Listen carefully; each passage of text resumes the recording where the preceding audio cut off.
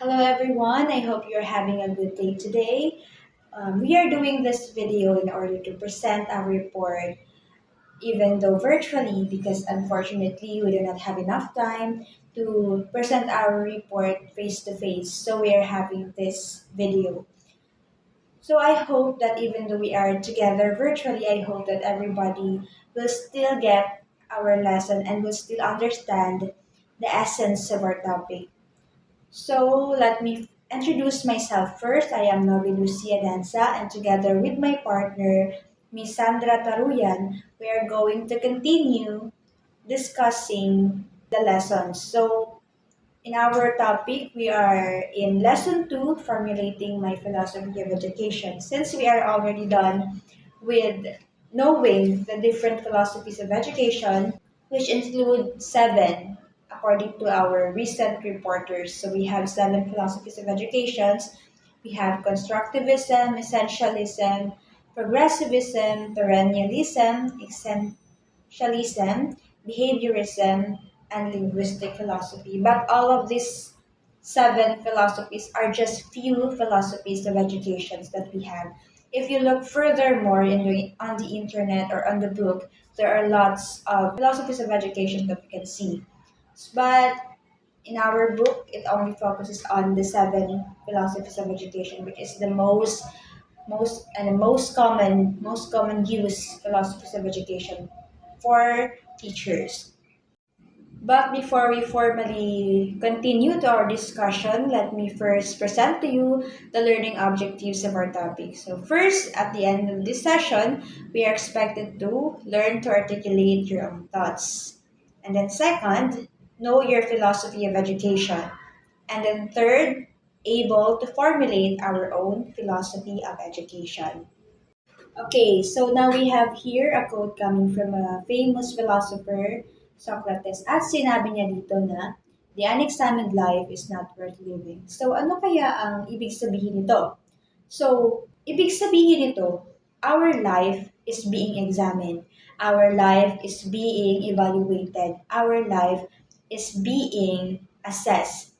So, this evaluation and assessment in our life, it is part and process of growing. So, kapag ang isang tao ay patuloy na nag-grow not only physically but also in terms of learning, kapag nag-grow ang ating learning, ibig sabihin, buhay ang education. So, let me give you an example.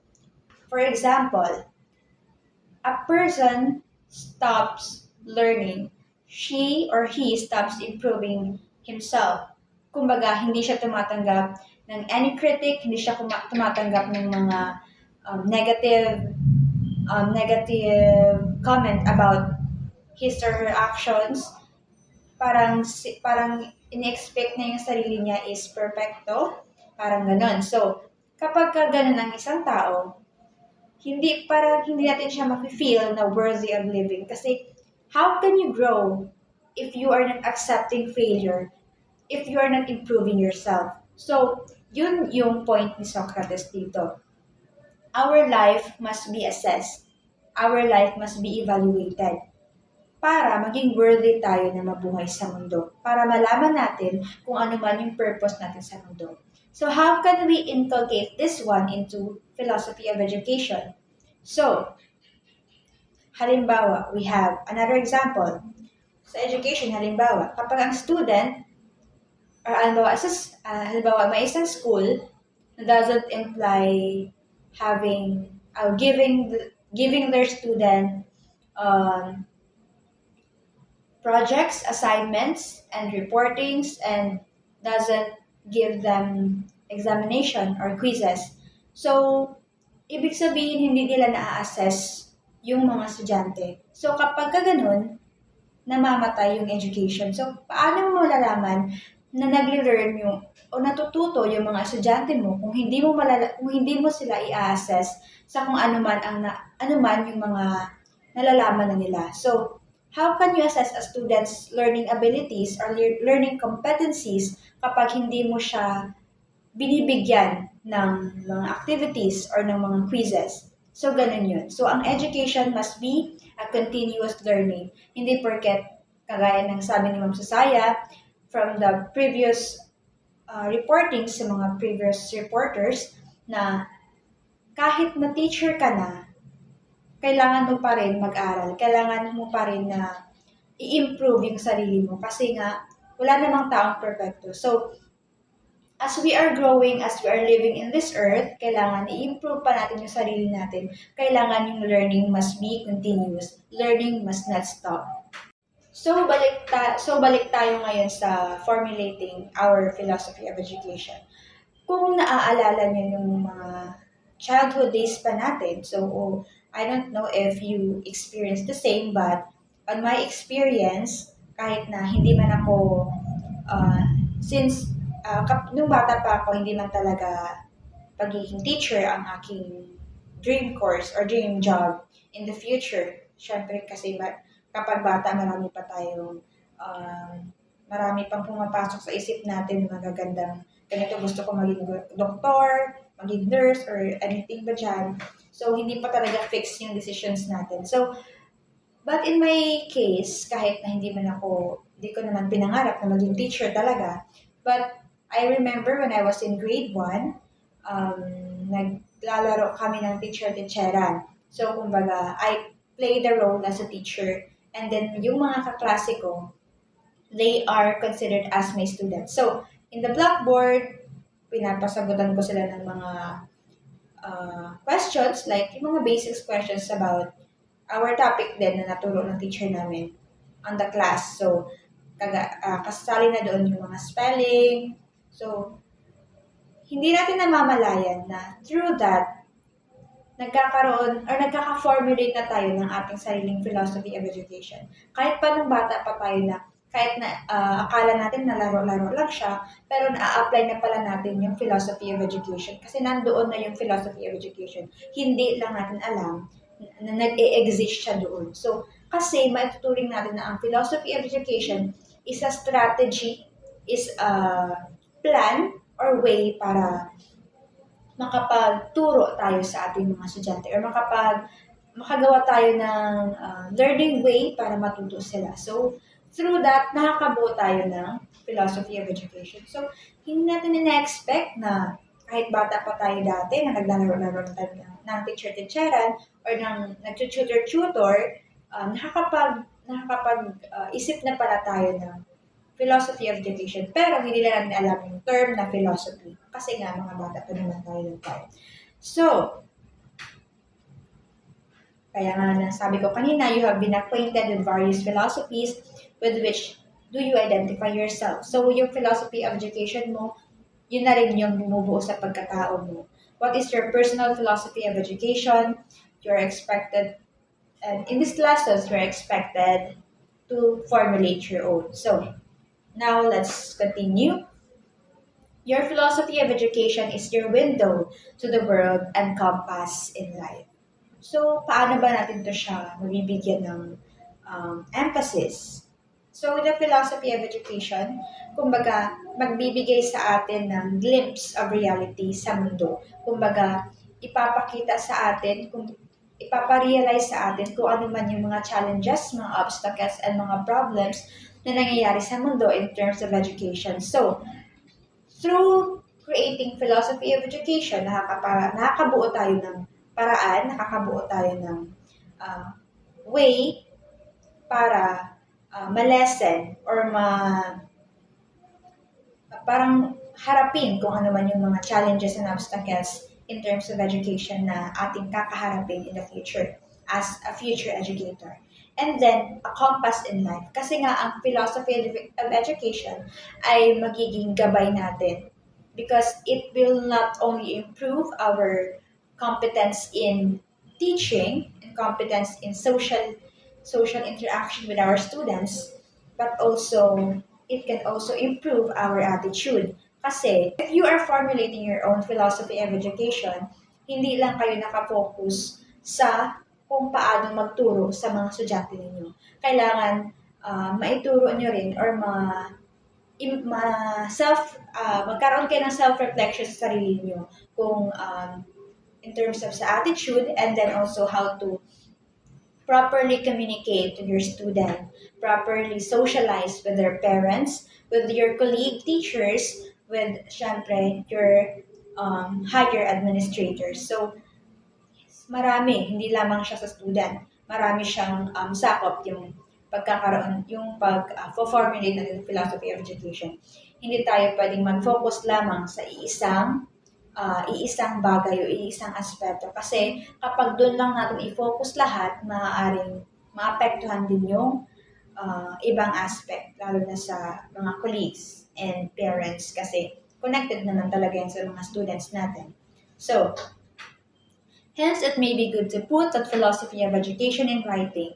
You surely have one, just as everybody has, only that sometimes it is not well articulated. So, gaya ng sinabi ko kanina, kahit pa mga bata pa tayo, nagkakaroon na tayo ng, kumbaga, na-action na natin yung philosophy of education nang hindi natin nalalaman. At ngayon na nandito na tayo sa tertiary level and we are taking this course, which is the education, kailangan ang ating philosophy of education, maaaring gawin na natin siyang well-articulated. Kumbaga, nakaplano na. Kumbaga, naka-line up na yan siya. Okay, kagaya ng sabi ko kanina, attitude. Your attitude toward problems in life as a whole has an underlying philosophy. So, yun. Again, in this lesson, you will articulate your own thoughts. I hope that you can articulate your own thoughts na makapaggawa na kayo ng desisyon kung saan makakabuti hindi lamang para sa isa, kundi para sa lahat. And we should also not forget to consider the code of ethics, lalo na yung pagiging unbiased, kasi yun yung for me, yun yung pinaka-importante sa lahat. And then, proper manners sa ating mga students kasi mahalaga yun. Okay, as a future teacher, you have a tremendous power. So, may kakayahan tayo, kagaya nga ng mga, sabi din ng mga other reporters na we, as a future educator, as a future teacher, kailangan natin maging magandang role model. Kasi, sa atin, nag-look up yung mga students natin. Kung meron man tayo na nagagawang hindi kaaya-aya, sa atin din nag-reflect yun as a teacher. So, kailangan mag-iingat tayo sa kung ano man yung mga actions or decisions na gagawin natin. But, I know naman na we are not perfect at nagkakamali din tayo. But, as a teacher, kailangan we learn from our mistakes and kailangan hindi na siya mauulit. Okay, so, since we have the power to influence, especially our students, you can make a difference in the life of the young. So, since meron naman tayo yung power na yun, let's use that power in influencing our young students na maging mabuti and na, kumbaga, i-prioritize or bigyan ng halaga ang education. So, all in all, your philosophy of education must spell out very clearly what you and how you should teach, how you should relate to your student to make a difference. So, Ms. Sandra Taruyan will be explaining one example of philosophy of education. It is coming from an example of Teacher Macrina's philosophy of education. So, siya ay a grade school teacher. So, gumawa siya ng kanyang sariling philosophy of education. So, this is only an example on how to create your own philosophy of education. So, Ms. Sandra Taruyan will be explaining to you guys. Okay, so now let's proceed to my philosophy of education. An example of philosophy of education based on Teacher Macrina's philosophy of education as a grade school teacher. I believe that every child has a natural interest in learning and is capable of learning. So, teacher must find a strategic way to attend the needs of the student, such as using variety of teaching methods so that they provide guidance and opportunities for children. Next, is an embodied spirit, a union of sentient body and the rational soul. His or her body experiences sensation and feels pleasure and pains.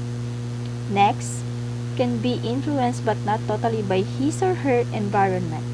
So basically, every child could adapt any habit or behavior depending on who she or he surrounds themselves. Next is unique. You cannot really say that we are all humans and this because there's a bit different to one and another. Next, does not have an empty mind, rather is full of ideas and it is my task to draw out these ideas. So a child may not excel in academics but will excel in sports and vice versa. Another thing, a child are potential genius in a particular aspect. Okay, so next, I believe that my task as a teacher is to facilitate the development of every child to the optimum and to the maximum by reaching out to all children without bias and prejudice towards the least of the children. So, children must be treated equally and attend their needs depending on their pace. Teacher must be patient as every child has their own way of learning. It is vital to use different teaching methods for this. Next, making every child feel good and confident about himself, herself through his or her experiences of success in the classroom.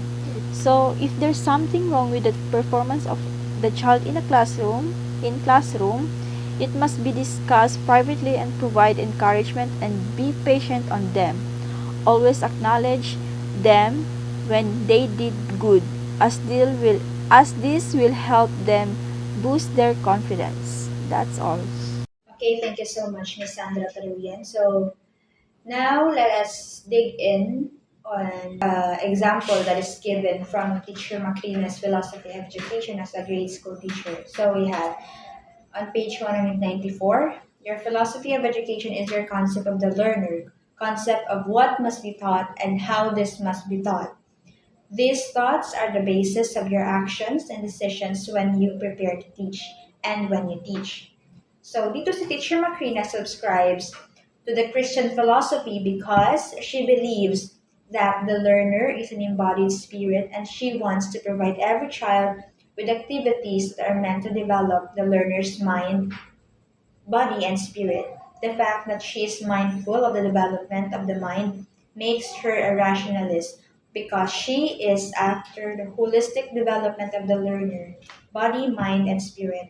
And she is also a humanist in thinking and in practice. So dito pa lamang marami ng napapasok na mga philosophies of education sa ginawa ni Teacher Macrina. So it highlights the Christian philosophy which is parang inan niya, kinonekta niya sa our faith and then being rationalist and being humanist as well.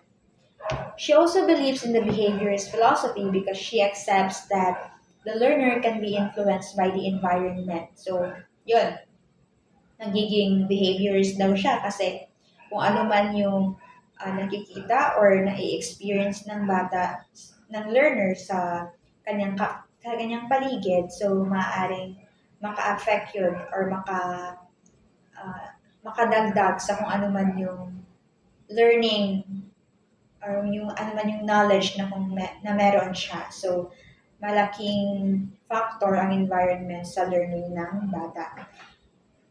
However, she does not totally adhere to the behaviorist philosophy because she does not agree that the learner can be totally influenced by his environment. But, binawi niya dito. Hindi daw talaga, naniniwala siya sa behaviorist philosophy but not totally kasi hindi naman lahat ng bata is nai-influence ng environment. Merong mga bata talaga, iba-iba kasi yung mga galit talaga ng mga bata. So may mga bata na they prefer to be alone, di ba? They prefer to learn alone. They don't want other people to engage with them, especially when they are studying and when they are learning. So, para they wanted to learn alone. So, meron mga kabataan na ganun. And then, Teacher Macrina is constructivist in philosophy because she does not agree that the learner has an empty mind. Rather, she believes that the child is full of ideas and it is her task to draw out these ideas. So, naniniwala din siya sa constructivist philosophy kasi naniniwala siya na lahat ng bata may idea, lahat ng bata matalino.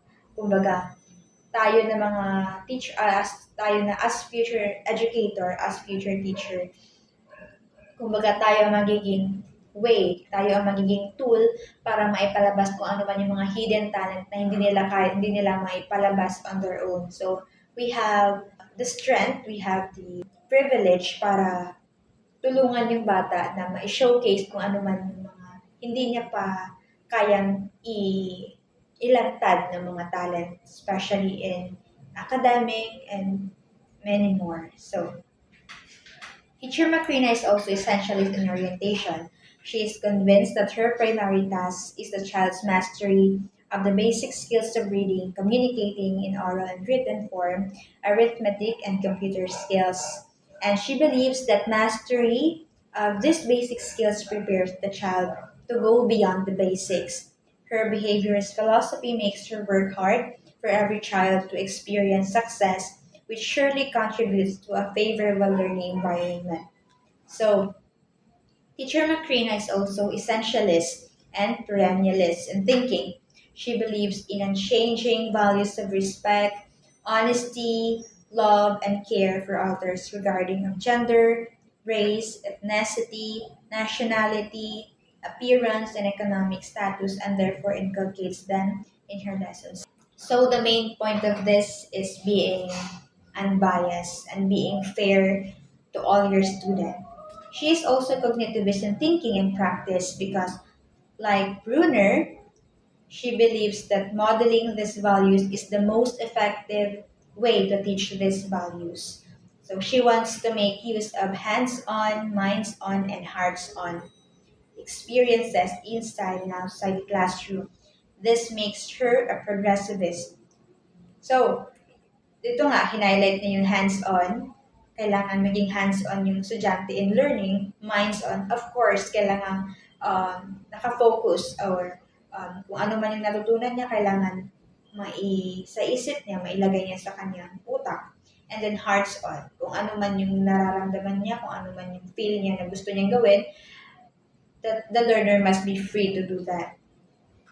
Teacher Macrina applies the progressivist dictum, learning by doing, and the whole world is a classroom. So, yun nga, progressivist, may progression. Kumbaga, hindi ka matututo kung hindi mo gagawin. So, kailangan, there must be an action.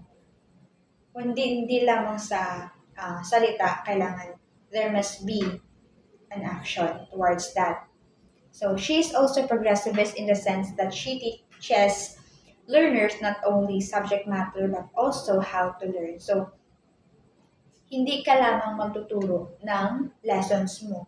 Hindi mo siya ituturo lamang kasi you must also learn how to teach them how to learn, kung paano sila matuto. Hindi lamang sa lessons, kung paano nila, maybe an example of this, maybe you can give them ideas on how to study, kung paano mas effectively maiintindihan yung isang lessons, parang mga ganun. And then, this is how one's philosophy education governs one's practice as a teacher. So, marami nga tayong nakitang philosophy of education ito sa example ni Teacher Macrina, no? So, all of this philosophy of education can be a great help in improving Teacher Macrina's way of teaching. Not only how to deal with her student, but also how to deal with her own competence as a teacher, kung paano niya i-assess yung kanyang mga estudyante.